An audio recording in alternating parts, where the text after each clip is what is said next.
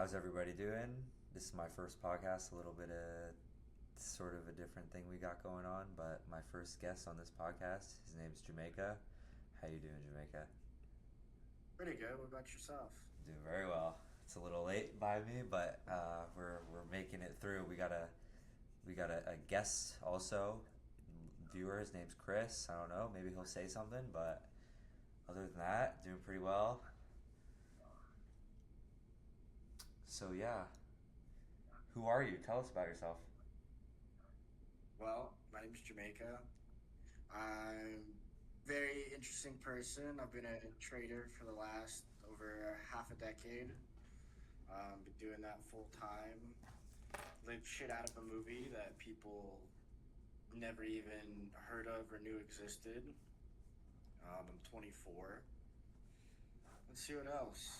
And you've been trading for Uh, half a decade, and you're only 24? yeah, over half a decade. I'm coming on 5.5 years now. Nice. Very nice.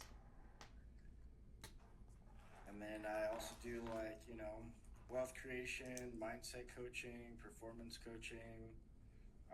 Basically can upgrade any system that exists, or if anybody wants to improve their life, can do that as well. I have multiple facets. I've lived a lot of experience even with my young age. I definitely would say most people would not necessarily believe some of the things I went through, which allowed me to have the wisdom of being able to help older individuals. People tend to come to me for all kinds of advice and answers. Very, very strange thing to have happen in my life. Um, what about you, Jesse? What do you do? Well, I'm trying to get a little bit of motion when it comes to the YouTube game here. So you're my first guest on my podcast, so it's great to have you here. Hopefully, a lot of people will be able to get some value out of what we got going on here. I'll drop your wealth creation in the description, so whoever likes you as a person can hit you up and get your services. You're a great trader. I trade a little bit myself. You've shown me a lot of things, helped me out in my life tremendously. So yeah, other than that, I'm going to college. Living in a dorm, and I'm trying to put all of my efforts into this YouTube thing right now. So yeah, I just want to use YouTube as a creative outlet, and podcasting is an idea that I had, and so we're here, we're doing it, we're making it happen. I really believe that anything, if you believe, you can achieve. Henry Ford said, "If you think you can, or if you think you can't, you're correct, and the circumstances will prove it." So yeah, whatever you think you can do, that's it. You can do it. Yeah, that's me, bro. Shit, sounds like you're a very charismatic person, to say the least. I appreciate it. You Always too. trying to do something. I mean, once again, sometimes who knows? You might be the next Tony Robbins, if not bigger or better. Maybe, bro. It's just people are just gonna have to see. I mean, I've seen some of your YouTube videos, and I don't think a lot of people are ready for what's to come from that. No, I had a video named 99% of what I talk about in this video will go over 99% of people's heads. And I really think that that is something that is a constant, is people are not ready for the information, but if you can use some sort of influence, if you could use your ability to influence other people, then without them even realizing, you'd be able to relay that information. So yeah. Right. No, that's pretty cool. Like, I know for myself, I've definitely seen a lot of these people online, talk about trading, and it's a big fad apparently now and things like that. Like, I didn't even know really what trading was at the start. I learned like high finance and stuff, and then I'd say up until about 2023, I even heard about what day trading was. Really? And I didn't even do that myself. I do like high speed trading. High speed? So high speed, yeah, like 30 seconds to 60 seconds. Yeah. I mean, it's rarely if it's longer than that. I mean, I can generate like 20 to 30% in that same amount of time, like guaranteed every day at any point in time of the day. Wow. I just did that this morning, and I didn't even feel like doing it.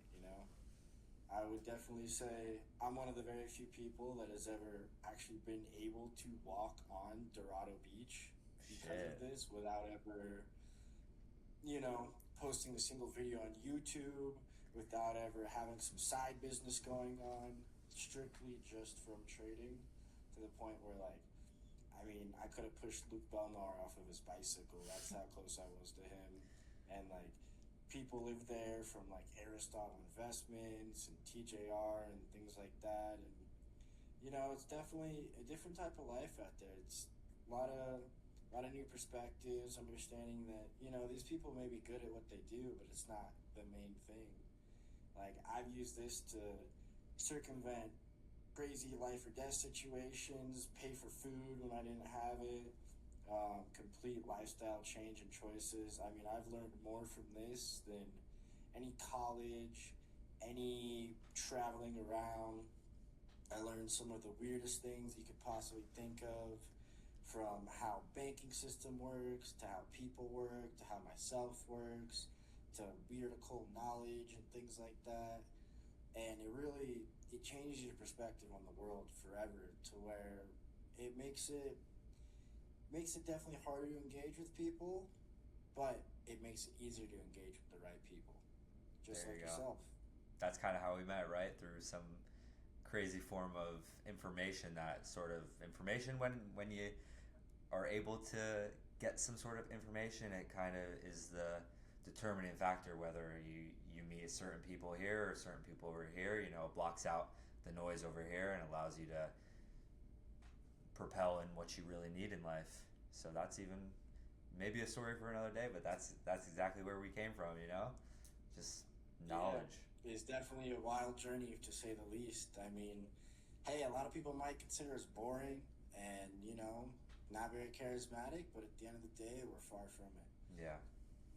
Yeah. So you said you were on Dorado Beach, and a lot of people that are out there, they broadcast the lifestyle, but there's a lot of people like Elon Musk, for example. He just became the first trillionaire, but people Yeah. don't even realize that people in the Saudi royal family have been trillionaires. You know, Vladimir Putin, he's been a trillionaire for God knows how long. Elon Musk, he's just the first one that has been documented as a trillionaire. Same thing with the people that are out there in Dorado Beach. A lot of people, they live this quiet lifestyle. They are not broadcasting their lives, but some people, you know, you coming out here, you're broadcasting yourself now, so people will be able to see that, and maybe they could go to you for some sort of, you know, wealth creation mindset, whatever it is that they need from somebody that's really been it but hasn't broadcasted it.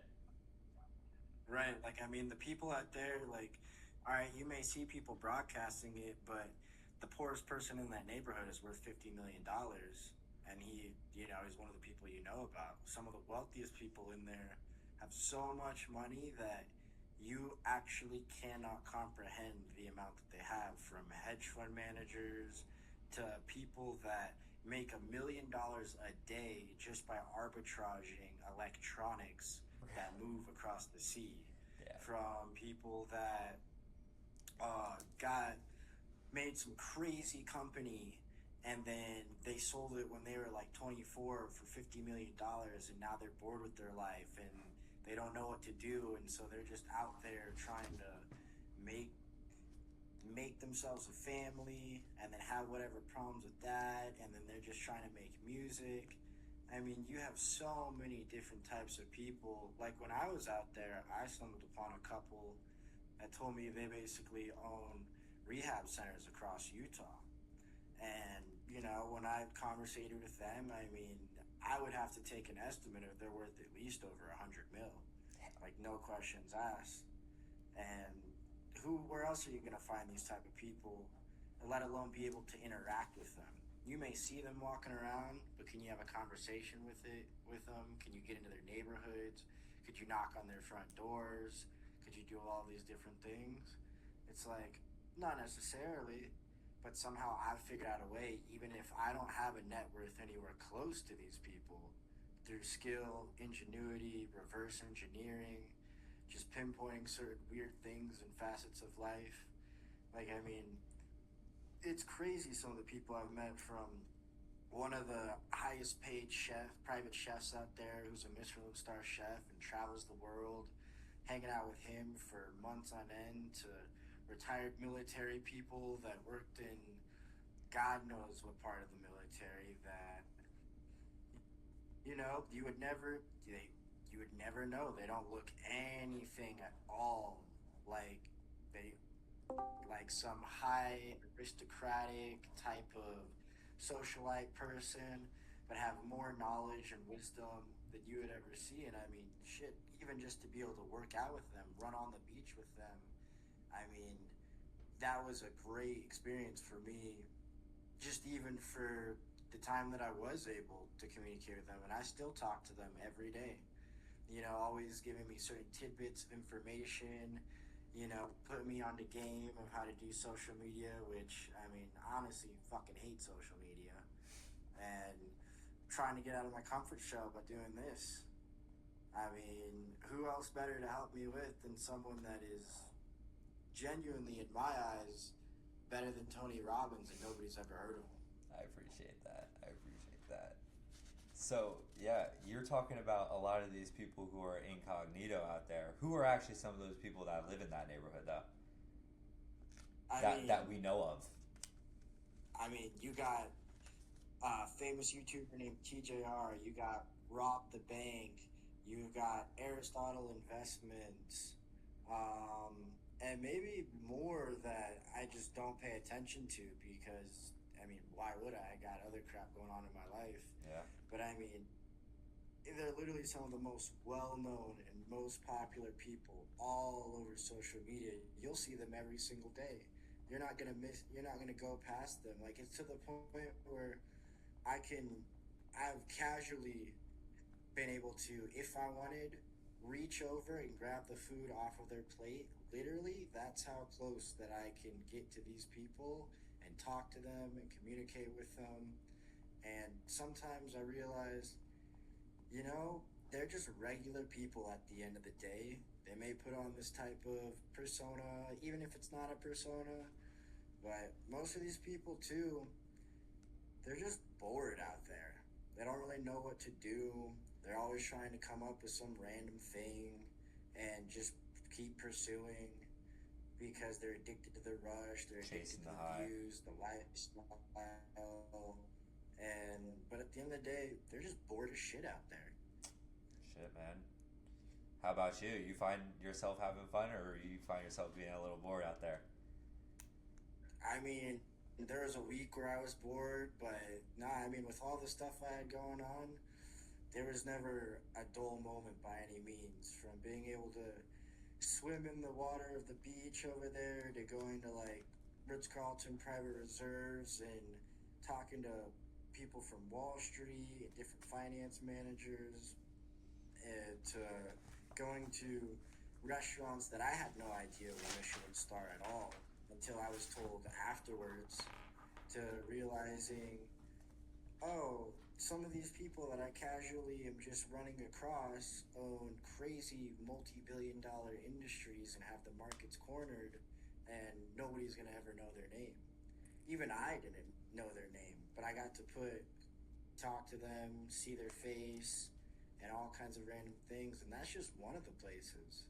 But the main part of the reason they live there is it's a hub of influence. It's a hub of connections. It's not about the lifestyle or the luxury.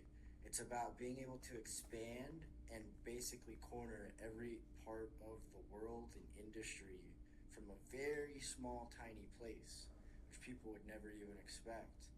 There's a few other hubs like that across the world, like Stade in Switzerland, and Monaco can be, but that's just really where people go to party and have fun.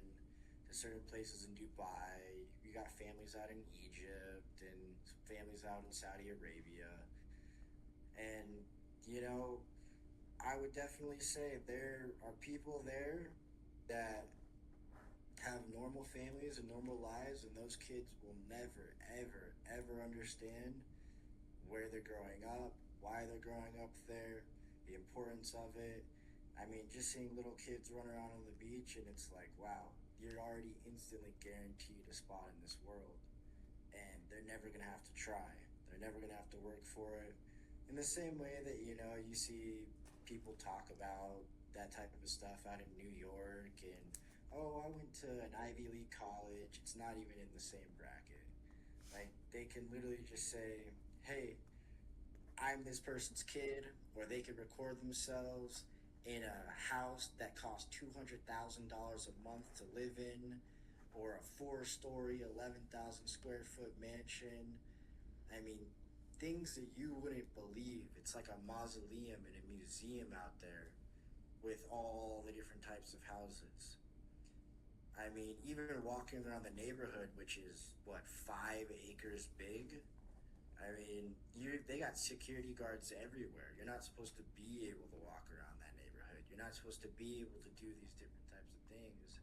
And that's just some of the advantages that I have with my skill set, is putting myself in very weird places and blending in, being part of it, getting waved at by everybody, people smiling, people saying what's up. What I mean, for me, it's just a place to try to figure out what I'm best at. I don't even really care about interacting with all these people. I'm just trying to bring clarity and peace to my life because of some of the things that I've had going on. Whereas, like, you may be in a college dorm room, but your expansive mind and voice is going to allow you to open doors beyond what normal people are going to be able to do, right? Just simply interacting with somebody like me, or who knows what other individuals you come across.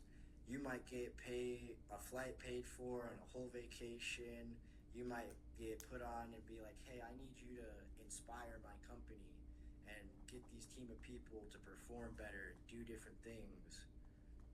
So, I mean, realistically, there's a whole multitude of reasons of why being out there is important. Whether you can get there or not is the question, for sure. It's difficult, it's hard, not necessarily because of the cost by any means. There's a way to reduce that extremely, but just the mental fortitude that you need, the will, the drive, the want. And I mean, people know it as like a very popular place. Like, I didn't know about it because of all of these YouTubers and crap that live there. I was studying Lawrence S. Rockefeller, and he's the one who created that back in 1938, and it was a plantation still with slaves and things like that. Wow. It's like, why would he make a place like this unless he wanted a hub specifically just for the top of the top in whatever industry they are? Yeah, there was a lot of good points you made in there. One of them I wanted to touch on, and we could come back to a couple of them later. But you said that you basically made the point, it's not about what you know, but it's about who you know. But I'd like to make it another point. It's not who you know, but it's about who you know. So what do you think about that? What do you think about the saying, it's not what you know, but who you know, but it's not about exactly who you know, but what you know about who you know? So, like, I can, per se, let's say, for example, all right, we know each other and just randomly come across each other. What good does that do? Let's say I stumble across a billionaire and we're able to gauge and have a conversation, but what does that matter? They want to know what value you can provide, what level of intelligence, what level of skills, what level of knowledge that they do not have that they wish they possessed or will never be able to possess. Like, there are things that I know that I could tell them some of the craziest shit on the planet about themselves, about their relationships, about things that they'll experience at different point in times in life that they paid millions of dollars for, but they would never know that. And I know for a fact, when I talked to a couple there and I told them about some of these things, they were like, you got to figure out a way to monetize this stuff, because even they were so shocked, right? Whereas, like, you could have people that live in the same neighborhood but will never even interact with each other because it's not even important. That information, that skill, that resource, they don't even need in their life. It's not even applicable. So it's not necessarily who you know, just like you said. It's what information do you know that they have Mm, that you don't? mm. There's always somebody Because that. Go ahead, go ahead. well, I was gonna say because I used my knowledge and information to get there, but I didn't know anybody there, right? Yeah. And then once I finally got there and met some of these people, they basically were like, "What are you doing here?" Because they've never experienced some of these things. They've never met, we'll call it an enigma who's able to elusively maneuver in a way that puts me right in front of them, able to touch them, able to shake their hands, able to just simply look in their eyes where they're like, this, there's something strange going on here. Yeah, for sure. Give me 1 second, I'm gonna turn these lights back on. Oh, never mind. Yeah, so that's that's amazing. There's always people with the information of more for the people that want more out there. But it's up to you to, you know, be able to consciously seek out that information that will make your life better, right? And sometimes people may think they want this information or want certain information, and it actually will only be a detriment to their lives. And that's a good segue to what I to something I wanted to say at the beginning was people want all of this stuff, but you said they're just normal people, but they're normal people with bigger problems. So, what does having something like this actually do to somebody, and what does it actually bring into your lives that somebody might be watching this thinking, yeah, I want to go out to Dorado Beach and I want to get a tax guy that's going to be able to, you know, cheat the system and do every loophole for me. But what actually comes it comes at a cost. What are some of those costs? I mean, do you want me to explain personal experience with costs or experiences that I've witnessed people have? Because I've had some of those bigger problems and I haven't even crossed a certain threshold just because people see, oh, I'm doing good in a certain manner, or I'm able to apply my knowledge and information, even if it's extremely less than what they have, just in a more efficient and effective way. Like, you got to think there's a CEO who is the head of a medical company out in New York that got the back of his head blown out on the sidewalk. Nobody really understands why or knows why, and even if you do, it doesn't matter because one person may think he's a hero, another person may think he's the devil, the same way that people think that with Elon Musk right now. I mean, a few days ago, he just made $300 billion overnight through all kinds of weird, we'll call it creative financing techniques, where a lot of these people, they got to walk around with a team of security guards because they're either so popular, so famous, people want their attention, people don't like that they're able to do these things. People have to move very weirdly and elusively. Like, you gotta think, it's not just people wanting to hurt you or kill you, they might want to extort you, whether it's for finances, information, just a temporary pleasure, even.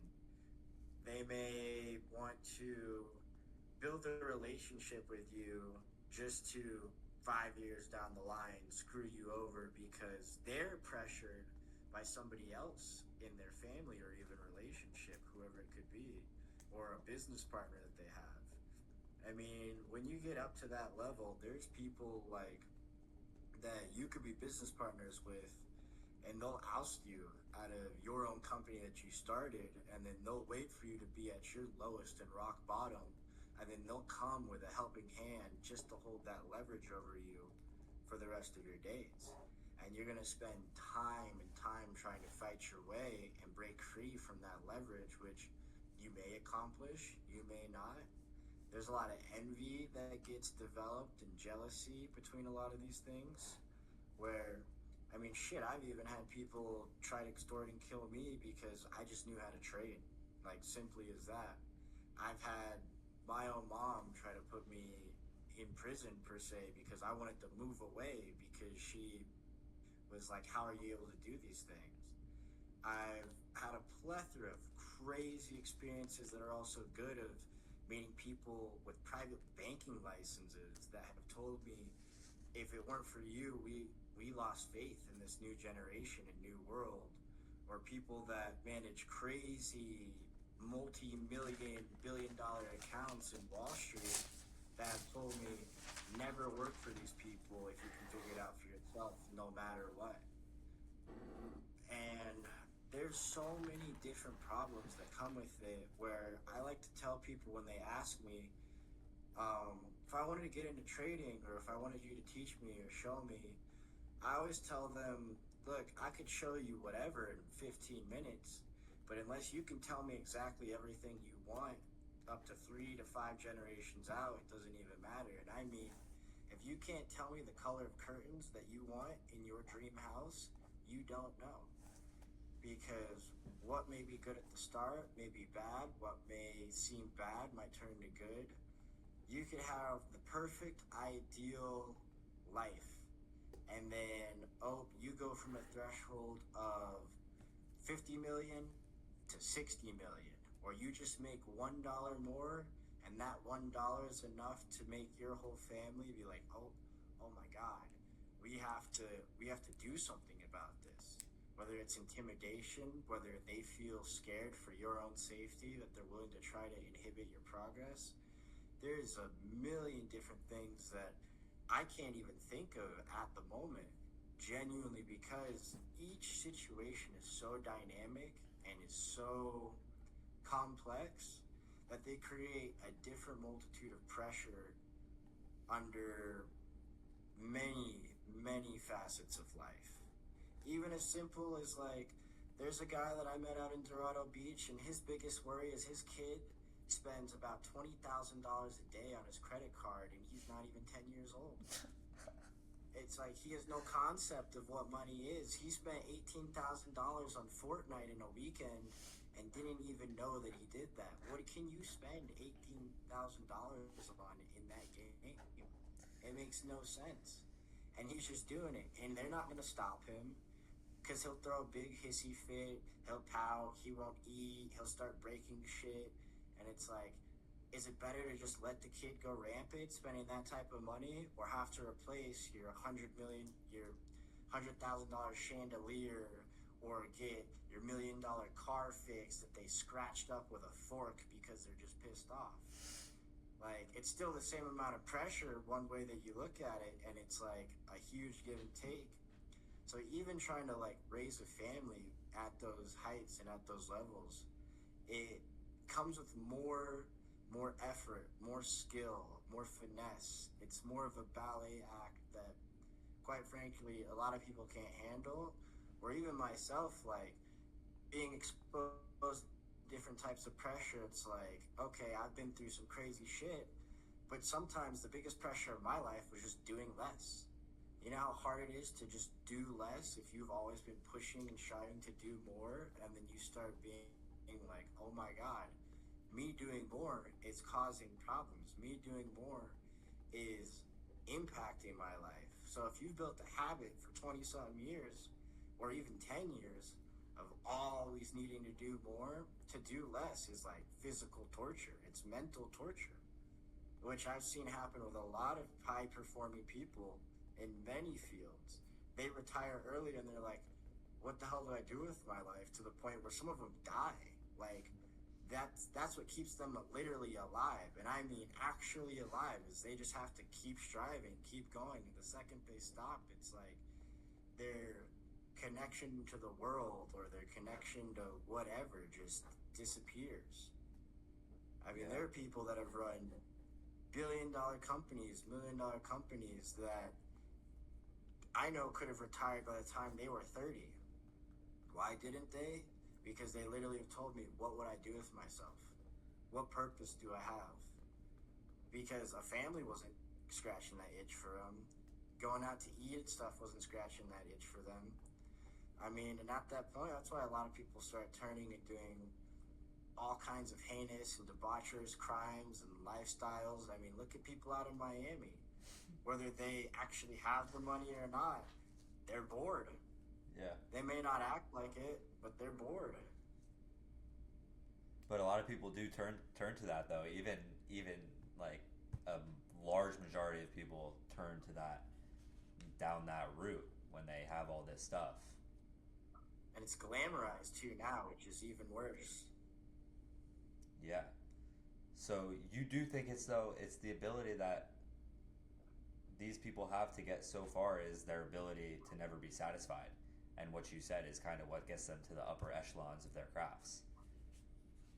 Yeah, which I mean is it's a balancing act on a razor's edge. It's a Yeah, double-edged sword really. because they can apply that to any facet of life, but it might put so much pressure on other people in their lives, not even themselves. They could be fine and not even notice the effects that it has on other individuals around them. Whether they start feeling inept, incapable, or they're like, I don't get to spend enough time with the person that I once got loved or used to hang out with, or even a simple friendship that changes from just casual interactions to something more. It's like getting into friends with business. Everybody talks it and says, oh, they'd love to do it.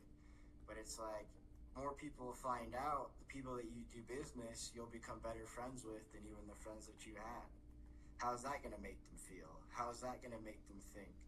Even if they can do the same exact things and are doing the same exact things, you know? Yeah. People see the concept of the grass is greener on the other side. I mean, in some cases, it literally is greener, which I experienced a couple times, which was weird realization to have. But at the same time, when you kind of remove yourself from that, we'll call it curated environment, whether it's made by the people around you or by yourself, and you kind of step back into the real world, you're scared or feel fear or worries about things that you never once had. Like, I went skydiving, and then my thought was, wow, would I even want to go skydiving again if I had $50 million and a family? It's like, I don't know. I probably would because I'm just an adrenaline junkie, but you're still rolling the dice every time because you got something to lose. Where some other person, they might be like, oh man, am I gonna get looked at weirdly walking into a restaurant to grab a coffee when my name is on a Forbes magazine? Like, I mean, things as simple as that. Or some people have a real extreme rarity and privilege, never be seen about, never be heard about, and they can just move through life effortlessly. But that's very seldom. That's like not just the 0.1%, but like 0.001%. And those are the people that it doesn't matter what echelon of life you are, they envy. And they always will. Because they have curated something in every sector of life that is the top and don't have to suffer any of those negatives. Yeah. And you'd say that a lot of these people at the top even spend millions of dollars just to keep their name out, just to get companies to make sure their name's not around. You know? I mean, growing up, like in Colorado, there's a neighborhood in Boulder, and these people pay so much money that they have their houses blurred from Google Maps. You can't even see the actual house if you try to look it up. Wow. You can't find floor plans, you can't see pictures of it, you'll never know who lives there. And it's like, you can go drive past the house, but if you literally look up that address on Google Maps, it's blurred out. You can't see it at all because they're that paranoid and that worried. Yeah. Where they're willing to pay any price for privacy at the end of the day, whether it's for their own personal greed, their own personal benefit, whether it's for the world's benefit. They'll always do something like that. That's why people buy private islands in the middle of nowhere, because they can curate their own world. Mm-hmm. And there's nobody that can tell them, oh, you can't do this, you can't have this, you can't live in a jungle somewhere and just fucking camp out and live like you're off the grid. I mean, you'd be amazed some of the stuff that people do, to even buying submarines and yachts in the ocean that you'll never even hear about or see, and just live there for 9 months out of the year and only come up and surface to refill on fuel and food. Mm-hmm. Like, people don't think that type of life exists, but it's like they got a mansion under the sea. They got everything they could ever want. Yeah. Some people don't need the cars. Some people don't need the private jets and things like that. But they do want $100 billion submarine. Yeah. So yeah, there's lots of trade-offs when it comes to getting extremely wealthy in your life, and if that's what you desire, then you're gonna have to take it how it is and take the trade-offs. But would you say that for a fact it's a lie when they say money doesn't make you happy? Because there's a good saying, it goes, the love of money is the root of all evil. But I'd like to say that it's not the love of money that's the root of all evil. It's loving money and using people. There's another part of that. You want to love people and use money. So when you get to that level, you'd be able to use the money for what you want, like get the privacy and stuff. But it is a lie when they say money doesn't make you happy. You would say? I'd say in most cases, yes. And actually, what I've seen happen is money does bring so much happiness that their baseline is permanently changed to where anything under a certain way of life, lifestyle, or thinking, the second it is even not pulled out of it, but even threatened, that's where the unhappiness comes. The Wow. idea and thought of, oh my God, I could lose one more dollar and I go from being a billionaire to having 999 million, and now I'm not part of the Three Comma Club. And people freak out and completely change their lives and make rash decisions because of that. Wow. Where you see a lot of these poorer countries and neighborhoods, and they always say, oh, we love life and we're happy. And you do see them have a good time, but they realize there's so much struggle and effort that takes to get money, even at whatever level it is. Like, for some person, the same amount of effort into getting $10 could be getting $100 million. That's why they say, would you rather sell to 1,000 people for $10, or would you rather just sell to one person for $1 million? You know, Yeah. it's the same effort. Sure, it might take a different skill set, but it is the same effort across the board. That's why when people do tell me, and I've been told this my whole life by my family, my parents, money doesn't bring happiness, I always ask them, are you happy right now living your life? What things do you wish you could have done that you can't do? What experiences do you wish you could provide to other people that you could not do? Can you go to the hospital and get your health checked on whenever you want at any drop of the hat, no matter what the cost is? Can you replace any vehicle, even if it's a simple, $20,000 car, whenever you want because, oh, it just crapped out? Could you just uproot your family and be like, you know what? I think we're going to live here for the next year. And if we don't feel like it, we'll just move back or move somewhere else. Even if the price of the house doubled that they just left and they can just buy it at the drop of a hat. It's a tool more than anything. So if you don't know how to properly use the tool, you may never get happiness because you're not using it to build yourself happiness. Yeah. What a lot of people find out is they never had those skills in the first place. Because money just allows you to become more of who you are.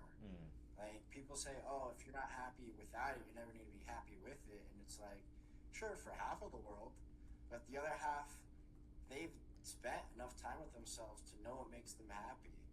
Like, I love to travel. I love to go snowboarding. I love to do extreme sports. I love to give money to people just because they've helped me with something small that was so life-changing in that moment, or even relieved a sense of stress or fear for 24 hours, that it was able to allow me to completely change and refocus my life, that I would buy them a house at the drop of a hat, when I can.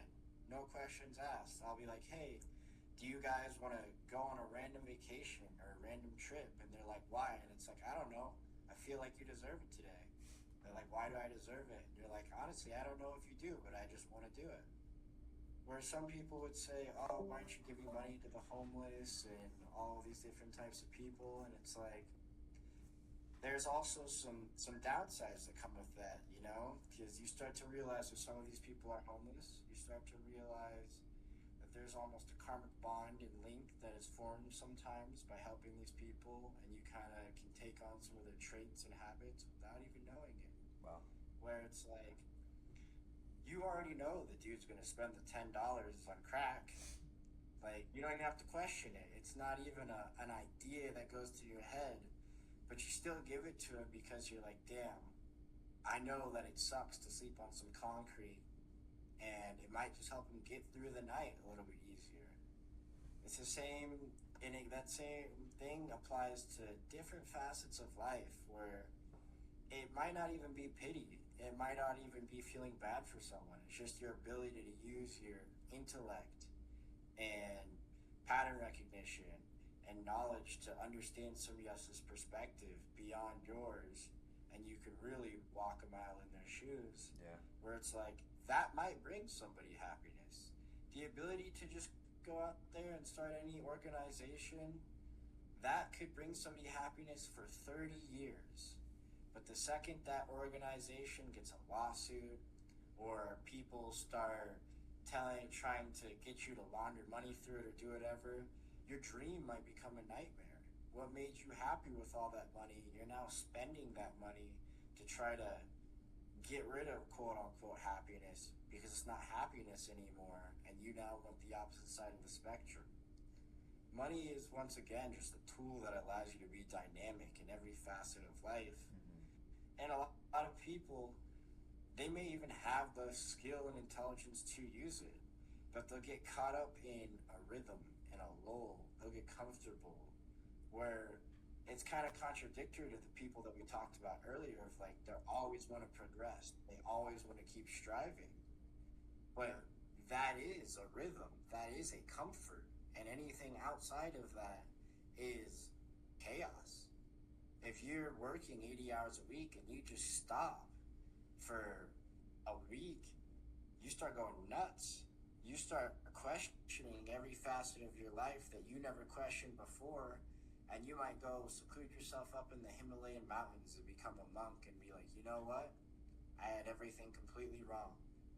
But that's a decision that they made because they have the tool to do that. They have built the time and space to figure that out, whether it was involuntary or not. So, I mean, does money bring happiness? That is up to the beholder at the end of the day. I love eating chicken wings, you know? I love going out to eat and things like that. But, I mean, after a while, it doesn't make me less happy. I just get bored because it's the same thing. Yeah. Where sometimes, you know, you might want to spice it up and be like, you know what? I still want my chicken wings, but let's go to a whole different state or a whole different country, even though it's the same exact thing, and I want to try it there, just because it feels different or it looks different. And that might be enough for someone. Where, you know, I like supercars and things like that, not because they have some status attached to it or whatever. It's like, it's moving mechanical art, and I have appreciation for engineering, and those things make me happy, feeling the vibrations of the car, the dynamics of the road. And yeah, it's a caveat having something that people are like, man, how did you get that, or whatever it may be. But I'd be just as happy with a Subaru, you know? It's genuinely what brings you happiness is to the beholder. And a lot of people have decided that money won't bring that to them because all they've ever seen in their lives is the destruction that it can bring. And it doesn't matter how much positive you show them. That's what they will always attach to it. They have a psychological relationship with the concept of money, whether it's the paper aspect, whether it's the tool aspect, whether it's the family dynamic, whether it's just the world, and they see how people get greedy and envious, and they're like, you know what? I don't want to be like one of those people, not realizing that you don't have to be one of those people even if you have it. So, like, I would ask you, Jesse, does money bring you happiness? It sure does. And what things make you happy? Just being able to fulfill every single one of my desires whenever, if I get it's the small things in life. If I want to, you know, get myself an espresso, and I don't have money to get myself an espresso, that's gonna upset me. It's just if I want to get myself a sandwich, or if I want to be able to, get up off a whim and go to this place, and I don't have money to get gas, or it's the small things. It's not everything, but if and a lot of people too, they cope and they say, I don't want I don't want this because I'm okay with what I have.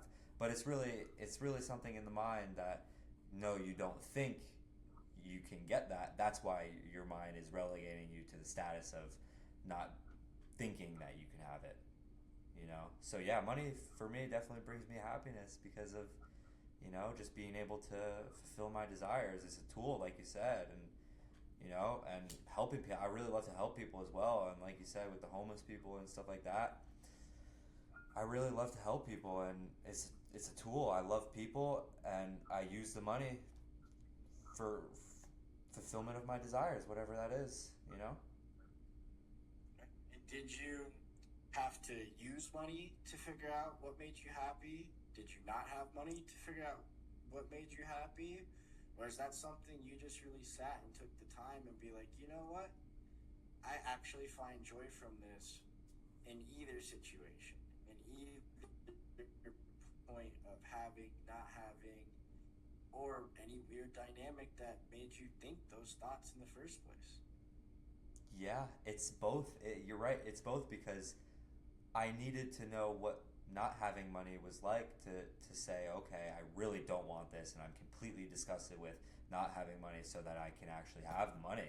You know, I feel like you need to understand what you don't want before you understand what you do want. So it's really in those low times of not having anything, I can feel comfortable with where I'm at, but understand that there's more to the other side of the spectrum, and be able to say I'm sick and tired with where I'm at, and I actually I have a burning desire, and I need to have that money, because I am so disgusted with where I'm at this point in time.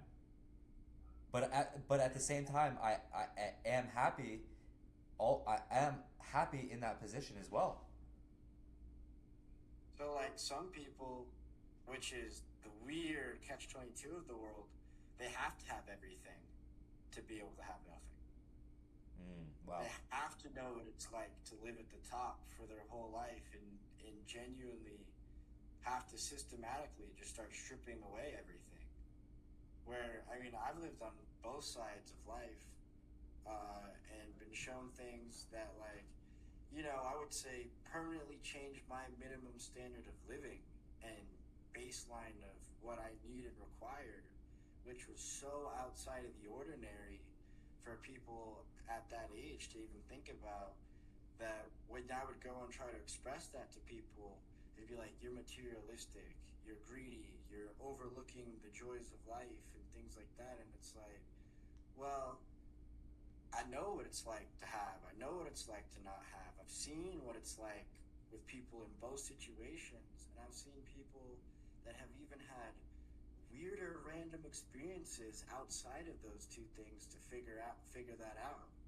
Like there are some people that even I met on Dorado Beach that do not have a dime, but they live like they are millionaires. And I don't mean their beliefs, I don't mean the way they walk around.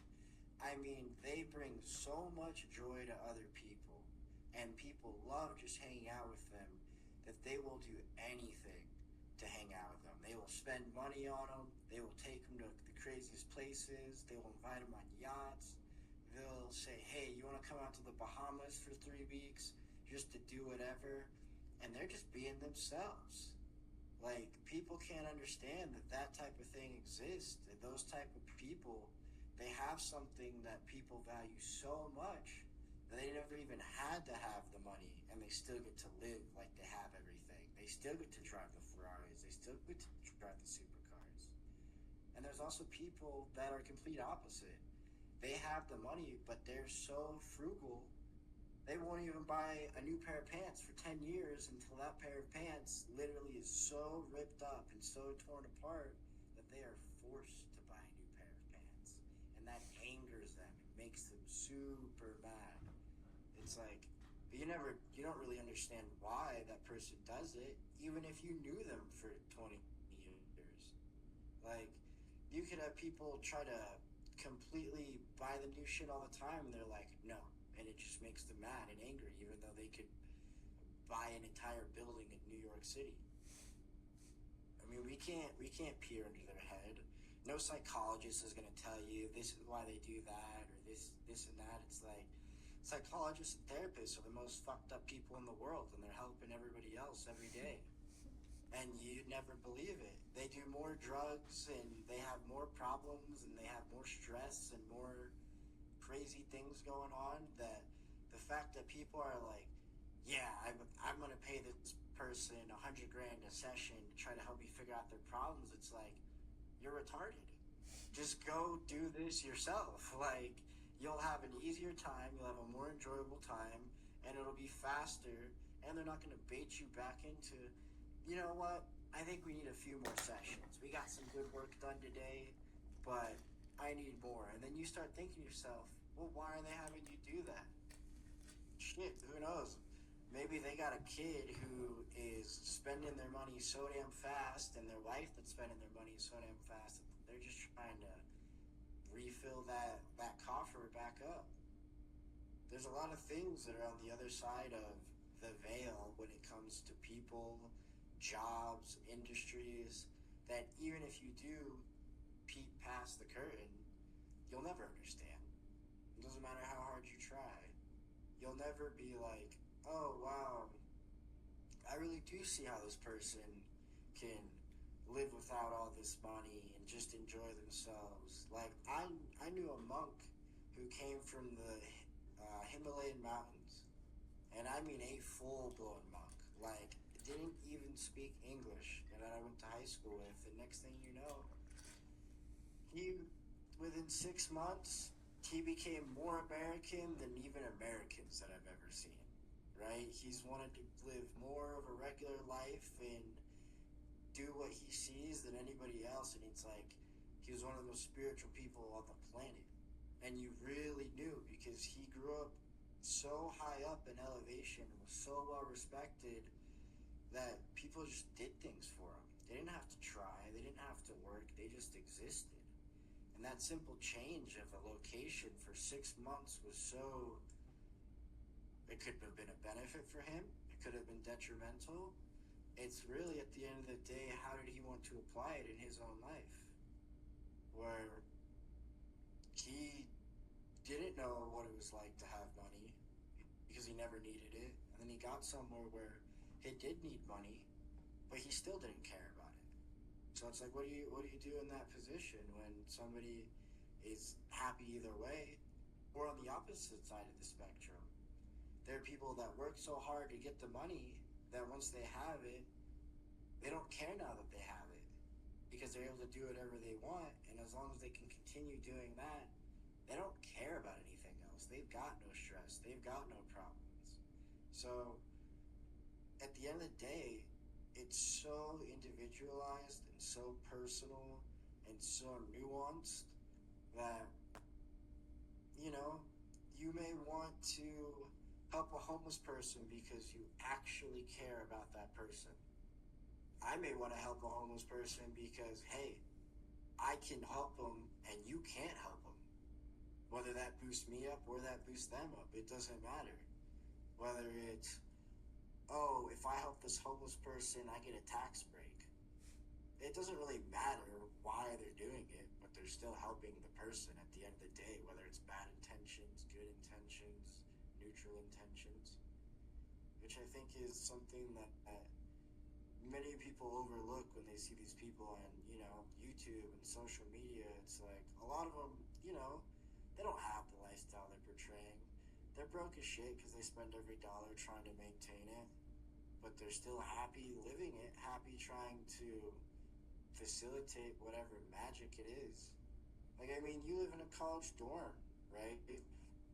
How happy happy were you when you finally got to, I don't know, live in a college dorm or experience a college life? Because I never went to college. I got no idea what that's like. 2 words: ineffable and serendipitous. And it's like, what do those words even mean to you? Well, for one, it's just a feeling that I've never felt before, so it's almost undescribable because I've been living so much of my life, with my back up against the wall. I finally get a moment to breathe, and it's just like, yeah, man, it's a good feeling. That's the ineffableness of it, and the serendipity of it is that I never even thought I'd end up here. I was trying to just feel good now, and I ended up here. That's it. I was trying to feel good now, and I never thought that I would end up where I'm at, and I'm here now. I never thought in a million years. It's always been something I've been against. I never wanted to go live in a college dorm and have roommates and share a bathroom, and I thought that was something that was completely not for me. But at the end of the day, that's where I found myself, and I didn't know why, but it's given me feelings that I've never felt before in my life that have allowed me to think new thoughts and have new beliefs and get rid of old patterns that I've established new patterns even, for better or for worse. But at the end of the day, even there's that nuance of, can you be satisfied with where you're at now, or are you always striving for more? I mean, that's almost a very elusive and ethereal place to be, because most people that, really understand themselves or what they want, they're caught in the middle between both of them at all times, no matter what. Even if they subconsciously think that it's something else, they live in that gray zone. They live in that realm of ambiguity where I never wanted to fucking trade. Never in my life. I literally didn't want to do any type of normal job or do anything that was even conceived of. Like, I wanted to be a chemist or a scientist or an inventor or an architect or engineer, and it's like, well, I wasn't the best at any one of those fields, but I was able to take those talents and form them together and mash them together to figure out some weird shit. Like, you got Bill Gates, for example. The only reason or is it Bill Gates or Steve Jobs who created Apple? Steve Jobs. Okay, well, Steve Jobs. Why do you think we even have Apple products? It's not because he's smart. It's not because he's an inventor. It's not because he's a genius. He took acid in his garage and he said, fuck it, let's figure something out. I took acid, and that's what made me decide, you know what? I think with all of my skills that I have, even if they're not the best, I could somehow formulate a pile of shit into a 5-star Michelin meal, and that's what led me to be able to trade. And it made no sense, and still honestly doesn't make sense to this day, how I'm able even to do that, right? How I'm able to take someone and make them have a midlife crisis at any point in their life, because it's not the trading. I just made them be honest with themselves. It's like, what do you really want? Who are you really? And they're like, why does that matter? And it's like, because at the end of the day, it's the only job that, or career, whatever the hell you want to call it, hobby, that forces you at a fundamental level, if you actually are doing it right, to build it around you. You don't build yourself around it. You have it built around you. Everything that you want, everything that you desire, it's one of the weird niches in this world that allows you to do that. Where, like, Joe Rogan, he was able to do that with the things he did in his life. He built it around him. It didn't take more of who he was. It didn't take anything extra or special, or some might say lucky. He was just being him, just using his traits. Like, everybody's got some video game stats, you know? Whether you figure that out early on, fantastic. Whether you figure that out when you're 50 or 60, great. I mean, obviously, it's better to figure it out earlier on, and people will pay all kinds of money to have that figured out. Where it's like, I can spot traits and talents in people that they have never even seen within themselves because I remember what it took me to figure that out about myself. And even figuring that out, it's like I'm extremely adaptable. So I'm never going to be just good at one thing. I'm going to be good at a multitude of things. And I have to piece it all together to even try to apply it to one thing. I know people that are so good at their industries and jobs that it makes you feel retarded. Not even stupid, not even inept. You feel like you have an extra chromosome and you're drooling on yourself. And you're like, how do I compete with that? And then you realize I might have some stupid ass skills and stupid ass behavior and dumb thoughts and ideas, and you can create something just as extraordinary with those same stupid thoughts, ideas, and skills. Like, there are people that I've met that I feel like I lose brain cells when I talk to them. But somebody out there is genuinely going to find so much value in their ability to just be like that it might put them in a position to be a millionaire. You never know. So whether you get around the right people or not is also a different thing too, is whether they find you or you find them. And like, even being in a college dorm, how many people have you met that you never thought you'd meet in your life? A lot of interesting cats out here. And why are they interesting? My roommate, he was born in China, man. I've never met anybody born in China before, and that might be my own ignorance, but it comes from a different way of life, and yet he's so similar to me. Right? But even then, he's another human being, even if it's a different location. So what actually makes him special? It's that unique value that everybody, each person has their own video game stats. Right. So just by being him, he provides a value to you that might be worthless to other people in every facet of life. Yeah. But somehow you gain so much from that you're like, wow, I want to have this person around. I want to learn from this person, or I want to pick up on a habit that they have that I might struggle with. Yeah. Right? Where I see a lot of the friends and stuff that I had growing up, which, I mean, I'm not really friends with anymore. I go to college, and some of them had trust funds. I mean, I know people that they'll never have to work a day in their life, and they've never had to. And their biggest worry is what they're going to wear that evening. And it's such a worry to them that it's the equivalent of, like, if we got our fucking car crashed and destroyed and we got to replace it, we don't even have the money for it. Because they don't have the concept of anything outside of that. And they're never going to have to, and that's fine.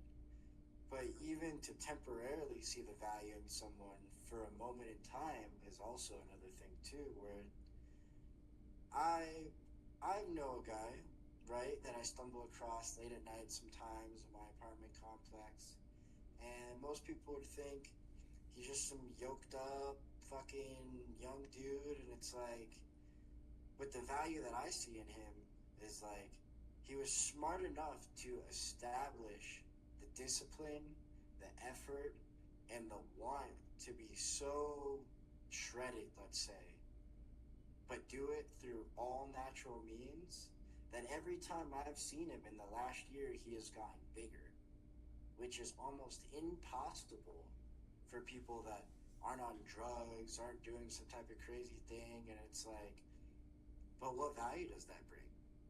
You'll never know. Sometimes the value of a person is simply just being in proximity with them. Even if you never speak to them, you never talk to them, you never listen to them even, maybe never even see them as a person for who they are, for what they are. Just being around them allows you to understand something more about yourself, a skill, a trait, a deficit, where I think a lot of people go through that when they get into college or they get into the workforce, and it's overwhelming because they can't actually get through the noise sometimes.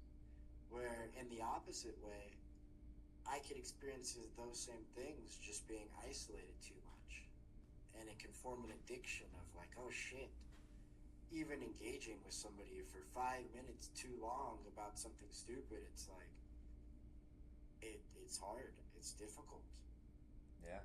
So there's a very dynamic change in life that happens with each type of person in terms of what they consider to be value, to where the individual that gets to decide that value is a person, right? Like, people have heard the term sometimes, Delulu is the solution, or Delulu is the Salulu. So, like, the more delusional you are, the better it is. And it's like, people don't really understand what that means.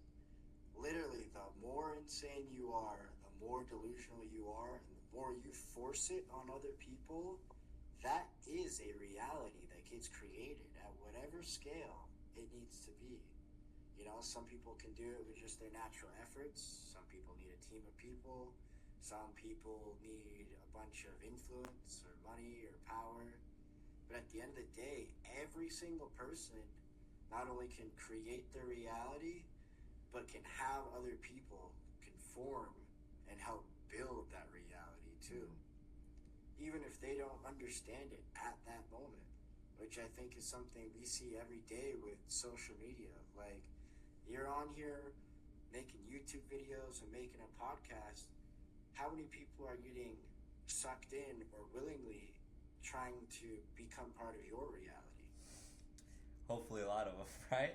I mean, I suppose, but at the end of the day, how much do you believe that your reality is something that benefits other people? I'm gonna have to believe it first before anybody else does. Right. But you believe it enough to even attempt to do this. That's So correct. how much do you really believe that your reality is a benefit for other people? I must believe it a damn enough to get on here and make a podcast to provide some sort of value to somebody else. Right. To where the subconscious mind is a very interesting thing, where sometimes the best talent you can have is being able to brainwash yourself into new realities, new ways of thinking. Being around enough different people that you're like, wait a minute, each one of these people in this group of friends is fighting to try to create a theme or a lifestyle or some type of reality. And whether it's a cohesive mess, whether it's something that just somehow works and doesn't make sense, or it's a clash of different pieces of each other's reality, you get to see over the course of the world how that's displayed in every facet of life. Like, you were talking to me about going to Dorado Beach. That's a whole different reality that people just wouldn't believe. It doesn't make sense. Even when I was there, it's like, you have people with such influence and such power, and they're not missing any facet of that.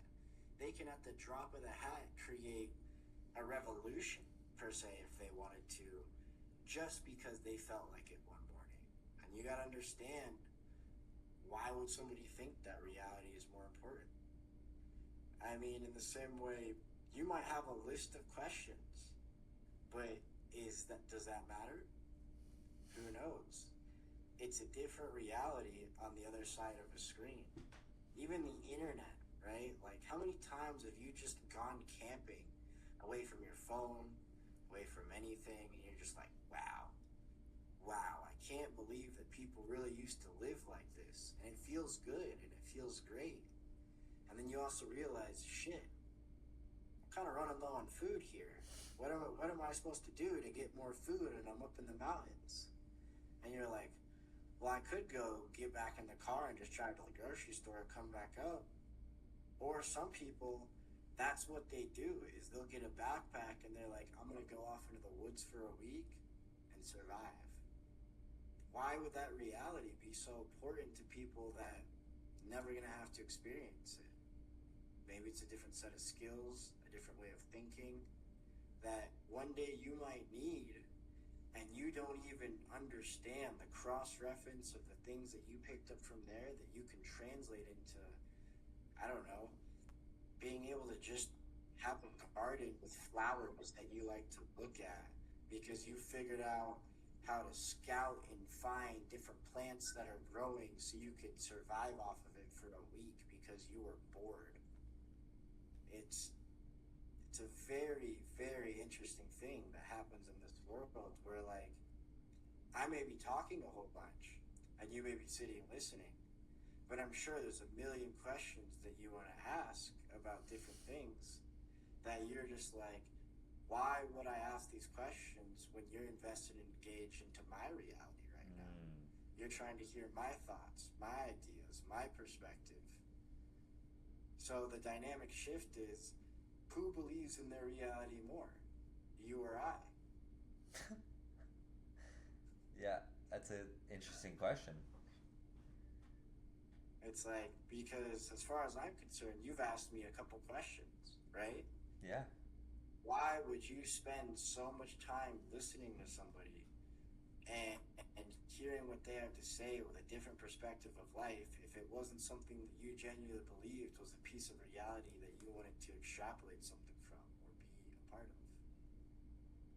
I That's what these people are doing on the internet every day. Like these YouTubers, they're making you believe that that reality is a necessity, a need, an utter desire that if you don't have, you're missing something that is fundamentally wrong.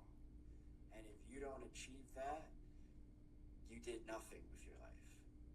yeah. Not because that it's actually that real or important, but because of the presence and aspect that they can put on the glamour, the glitz, the mentality on a wide a wide range of people.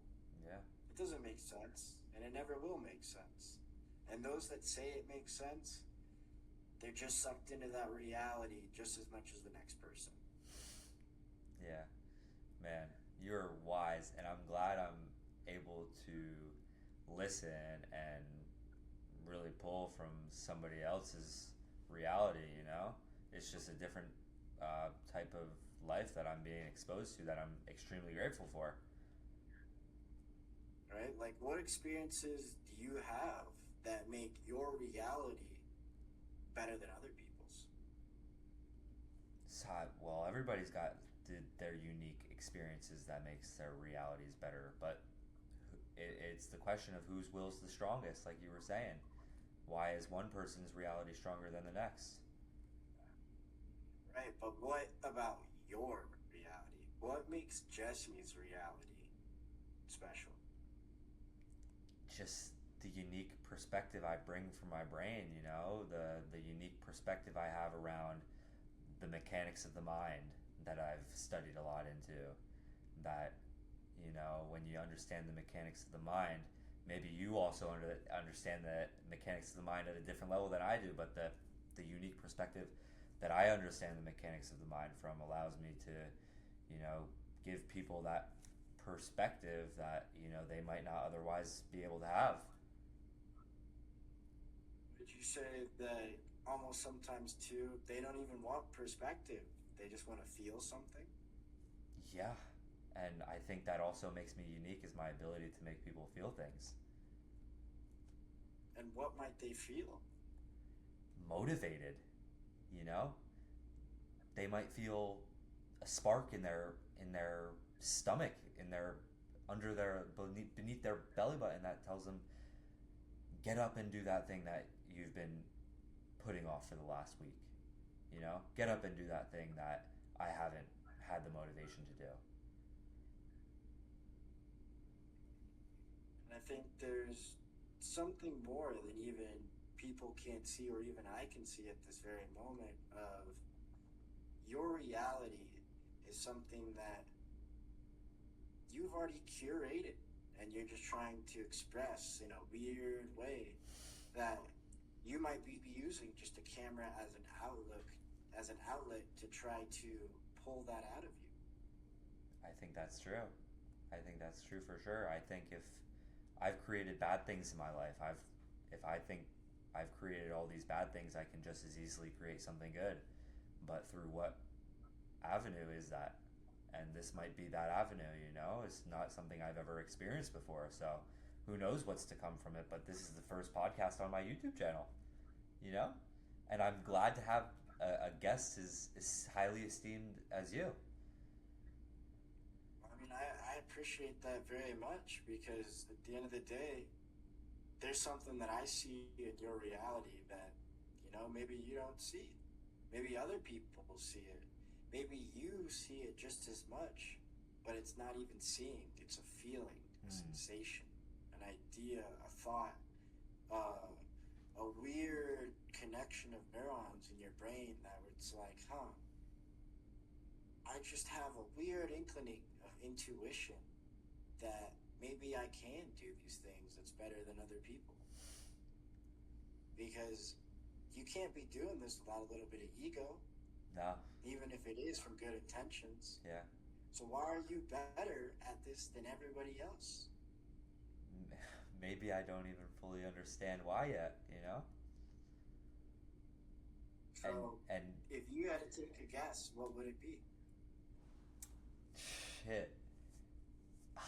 That's a very good question, but I always put it on being able to separate my brain from other people's brains, and having my thoughts be the superseding thoughts that rule my life and my life only, and not having anybody else's thoughts rule my life. So, is that what makes you a better YouTuber than the 100 million people that are on YouTube? Maybe not. Well, do you believe that? Or are you questioning me? I believe that that's what gives me the ability to differentiate myself from the competition.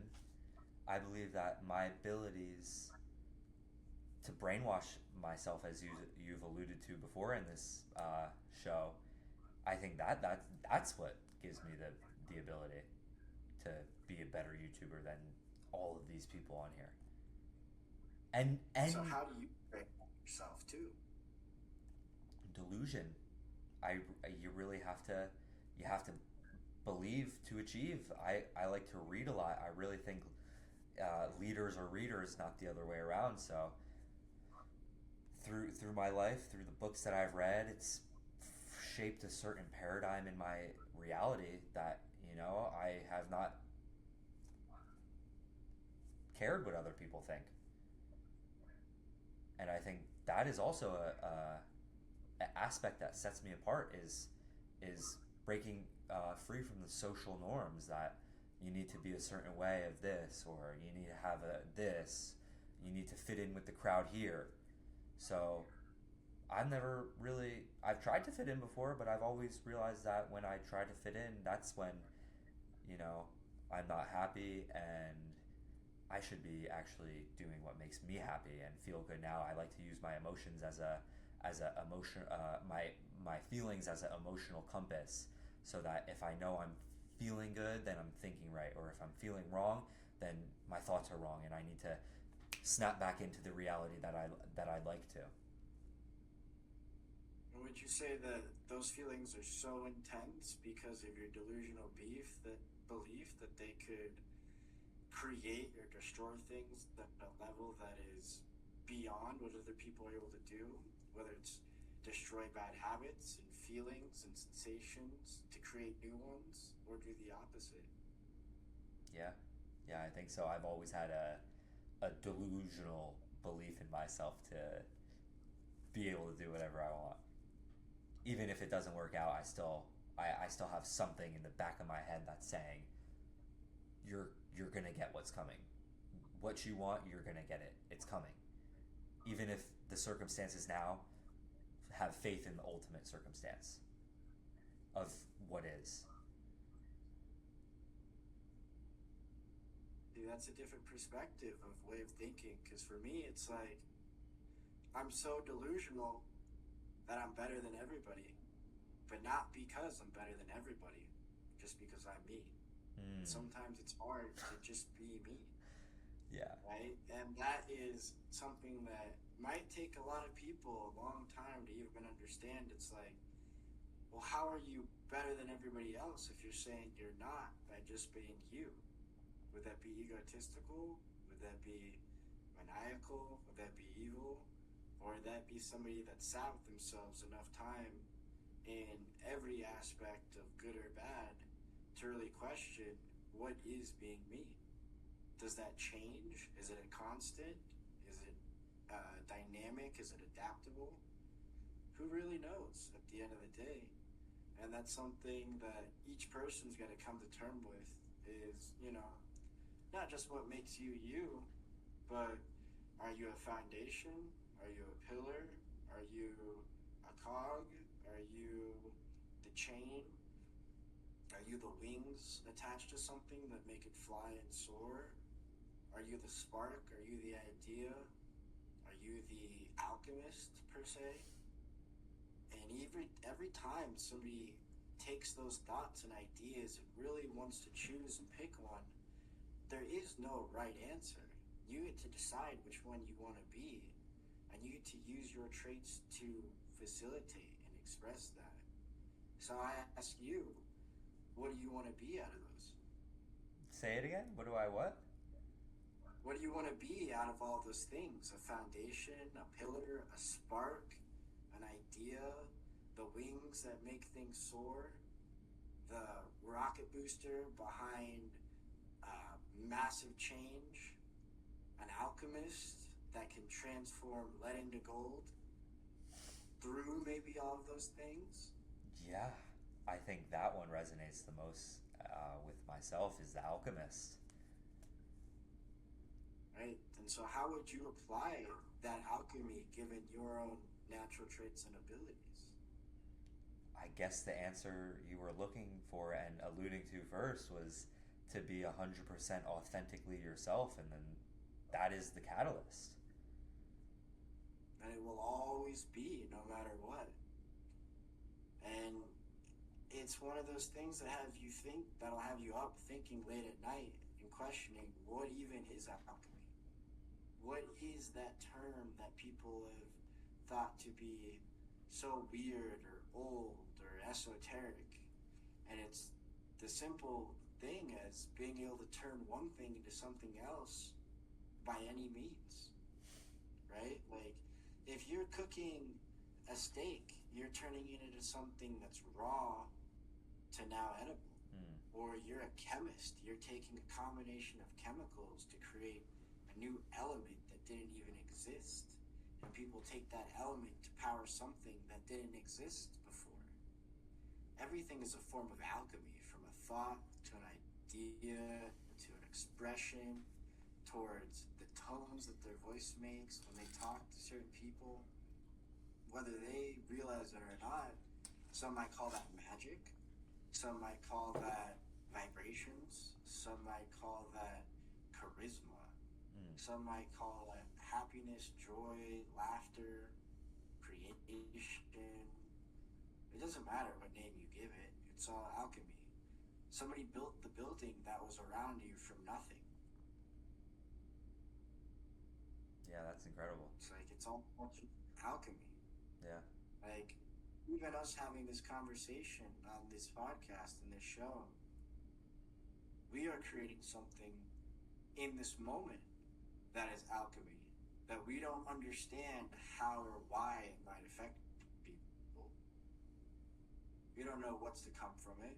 It's just something that whether you felt and I logically thought this is something we should do, of to who knows, it's a spur of the moment. You could have picked a million people, right?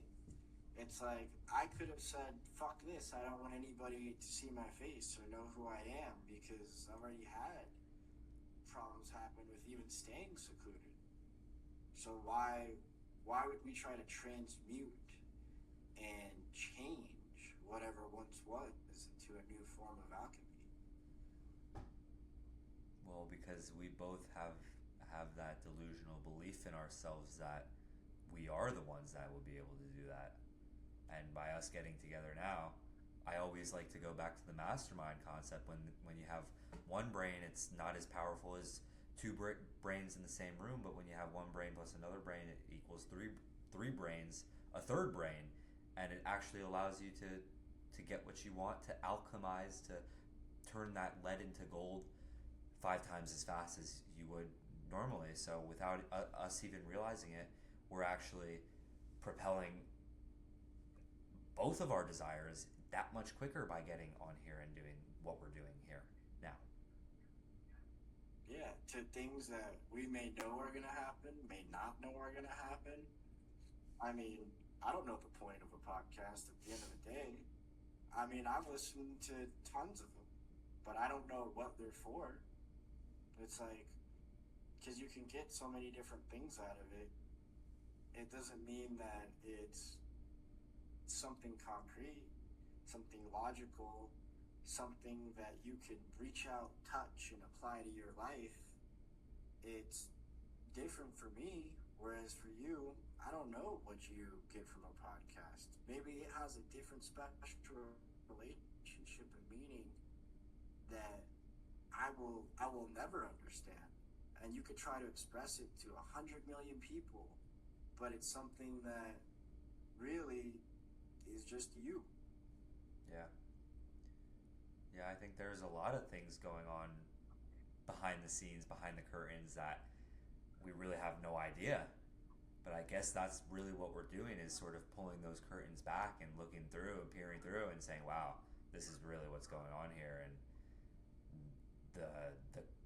the concrete thing, which is the podcast, is up in the air. It's airy. There's things going on, but I guess the actual motions that we're going through here is actually pulling that curtain back and looking at it.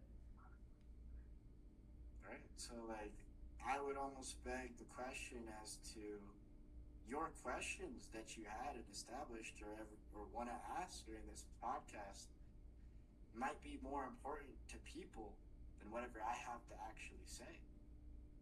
It's the fact that you're even asking those questions. It's not the responses that are even given. Wow. That's incredible. Yeah, I have a lot of questions here and just notes and tying things you said back to more things you said, and there's a lot of things you covered here that we haven't even touched.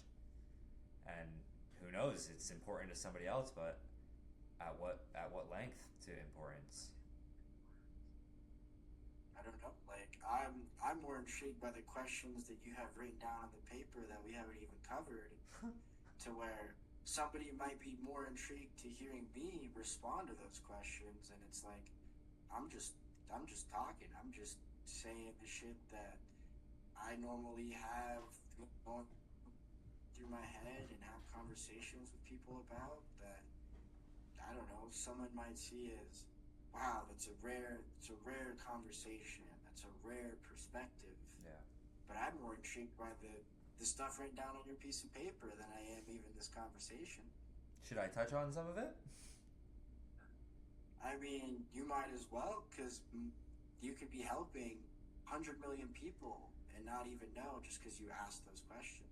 Wow. Not even a response given. Incredible. Well, we'll ask one more and then we'll wrap it up. So, who was the Rockefeller that you've studied about? Lawrence S. Rockefeller. Lawrence S. Rockefeller. So, my question is that I have written down on these crazy papers I have here is that you mentioned before, we were talking about first money being happiness, happiness correlating to money. And then my question was that, do you think that there is a different mindset that some people have, particularly longer, looking out into the future longer rather than a shorter frame of mind? What do you think the Rockefellers had in mind when they were creating this? Do you think they were just looking short term in the next year, 2 years, or do you think they had, hundreds of years planned ahead of them. That actually is the differentiating factor in their mindset. Say this is a applicable answer to not just that family or other elite families, but any family or group of people or singular individual that really strives to learn and achieve things in life is the ability to do both. Think so long term and short term that they're able to create things that live in that middle, that live in that area to where they're just far enough ahead of the curb that other people can't see it, but just as far ahead that it's almost like those things never even existed. Wow. And they're playing a weird game of bouncing back and forth to where Lawrence S. Rockefeller, he's one of the only ones that was ostracized by his family. Oh, wow. Because he didn't want to be part of all of the shenanigans and things like that. Not to say that he didn't do something, but he created Dorado Beach as a place for him to escape and be at peace. And he loved animals. And that was one of his biggest things in life was preservation of forests and animals. And mind you, he used to actually let the slaves on that plantation back in the day on Dorado Beach live there for free, eat off of the land, do whatever they want. When you read about other slaves, they lived horrible and miserable lives. And so you couldn't almost even call them a slave when they were willingly and okay doing whatever it was for this family, but not the Rockefellers per se, but for this specific man and his wife because of the way that he treated them, the type of environment that he created, because he was so ahead of the curve that if you really think about it, that's what they've done nowadays with people that, are comfortable working their jobs and going to the grocery store and living the regular lives. They don't know how much they're contributing to keeping everything running. Whereas like you saw during COVID, when everybody just kind of was forced to stop, it caused some problems. Even if their day-to-day life was just driving down the highway and just getting a cup of coffee and then going back to their house just because they could. They're facilitating something that is indescribable in the cohesion of a systematic process that allows things to run very smooth. To where, like you said, what separates them from other people? And my response was being able to think very short term and long term to where they can create a reality in the middle and form that before people even know what's happening. Wow. Before people even get to see the opening credits of the film, and once they're in it, they're so engaged and they're so enthralled, and they'll feel different kinds of things and different kinds of emotions that they may never want to leave. Or it may spark something in them where they're like, I need to go out and explore and really learn and figure out the way of the world and the way of the land. Where he decided to permanently stay there. And there's a lot of families that are still there that work in that same neighborhood that have been there for the last couple hundred years. It's the same people running the same facilities because they have good experiences, and sure that maybe has changed and adapted over time with technology and electricity and new construction and new jobs and careers. But that mentality has never left that place. And that's something that I got to see firsthand, very close, that a lot of these people that live there, they don't even know this. They don't know why it was built. They don't know the purpose of it. They don't know the fact that it was literally designed for influence. And that's why these people are attracted to this place. And that level of influence is so strong that it's able to cast a reality on whatever they want. Wow. Those people in there have so much influence that they could change what happens on the other side of the globe, and you would never even know it came from there. Why? Because that's what that place was designed for. Wow.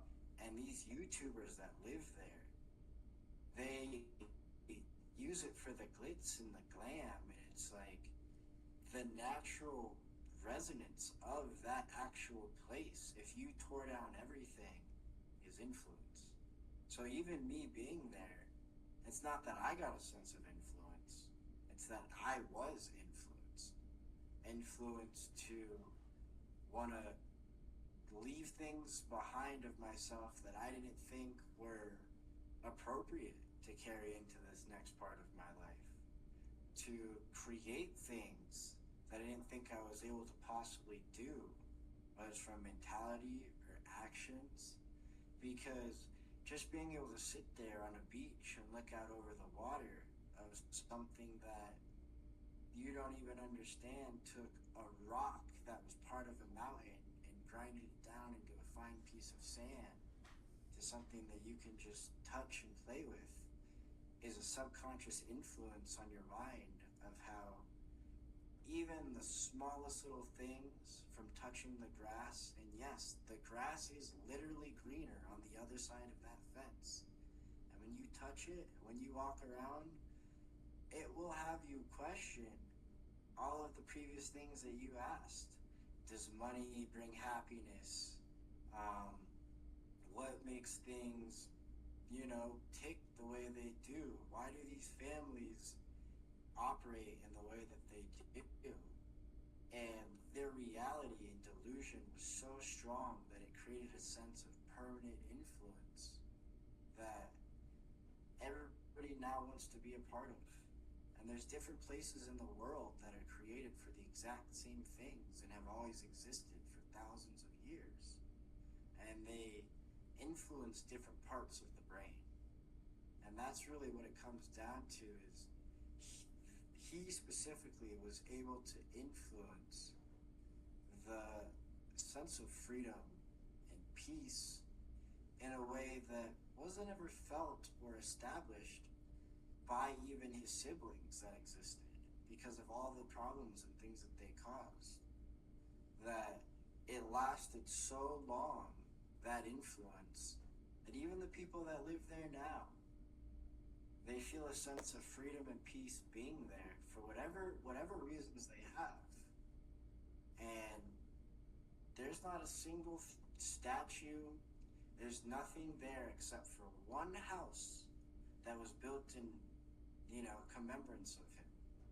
And so when I went to a realtor store, we'll call it, whatever it is, a location, and I was walking through it and looking at all of these different ones, the first thing that somebody actually gave me, the first brochure, was for this house. And I didn't even know why they handed it to me, because there's no price tag on it. And in that neighborhood, you have houses that are $20, $30, $40 million, and to not even have a price tag on it was like, why would somebody be handing me this as the very first thing when I just randomly walked into this store? It's because maybe it was my presence, my demeanor, my thoughts, my ideas, and mind you, I didn't say a damn word. I was literally just walking around that place with earbuds in. But it displayed a level of influence that they must have felt or sensed or smelled, that this person would be interested in this. And when I got to actually go to that neighborhood, and mind you, I never was there before. And I really got to understand and connect those pieces together of how influence is created and developed and spread, whether it's spread as a disease, whether it's spread as a pollen that makes things grow, whether it's rain that helps people drink and facilitate their lives. I mean, shit, you gotta really think about, even us having this conversation now is developing harmonic influence in Mm-hmm. just the vibrations and tones that we are creating with our voice that could lull people into a multitude of things. Mm-hmm. Your shades that you're even wearing, the red in them, creates a sense of influence, mystique, mystery, intrigue that you don't know, but you're doing the same thing that this dude and these families do that separate everybody from the rest. I love it. I'm gonna have to get out there and experience that for myself to really, wrap my head around the type of influence you're even describing, because it's unknown to me at this point in my life. If I'm even doing it myself, I don't even realize it. And so that's one of the things that I could say will make you better than Tony Robbins is your innate unknowing of how you're applying influence through even just a subtle look, a subtle change, an idea, the questions that you asked me. Because people don't ask those types of questions. And when they do, they get very normal responses. Mm. Because nobody really has that understanding of influence. They may through a camera of like, yeah, I get 1 million views because I'm some fucking idiot with some dumb song that people think is catchy, or I show all kinds of flash and I got $500,000 watches and people want to emulate my life. But real influence comes from people being genuinely who they are. Wow. And that's what these people and families have always done. And they've never tried to hide who they are. Wow. And even the ones that have, that's what makes them who they are, is their ability to hide everything. And it's that mysterious, that mystique, that vague, phantom-like maneuvering that is influence. That's incredible. I think it's a great time to wrap this up. I think. Is there anything else you'd like to say before we cut the cameras and? The only thing I could say would be, if anybody is actually watching this through to the end, that the more they listen and feel what we're saying, even if they just go into a dark room and listen to what we're saying or feel what we're saying, they will develop those same traits, abilities, and skills from places that they didn't know were possible. And that the more that they listen and watch things that you create and put out for a time to come that may live beyond you or I, or even the next couple generations, they're fundamentally going to change the way their brain works in such a way that they may feel or even think or see that they have so-called superpowers that really distinguish and set them apart from everything else in the world. So I would recommend everybody that even if it's something stupid or something small or something just wacky and wild that you decide to make in a YouTube video or a short, to don't just listen to it. Try to feel it. Try to logically process it. And you will get more out of it than you're going to get from reading a book, you're going to get from going to college for 10 years, than you're going to get from going up to the cave in these mountains and secluding yourself. If you really listen and really feel the things that we are trying to explain and the answers and questions that we are discussing. Thank you. I love that. That's awesome. Great. Well, thank you for having me on. No problem. Pleasure to be the first in a wacky adventure that is to come. Yeah, there's many more to come. Everybody, I hope you've made it this far. But yeah, I hope you guys enjoyed, and that's it. Thank you.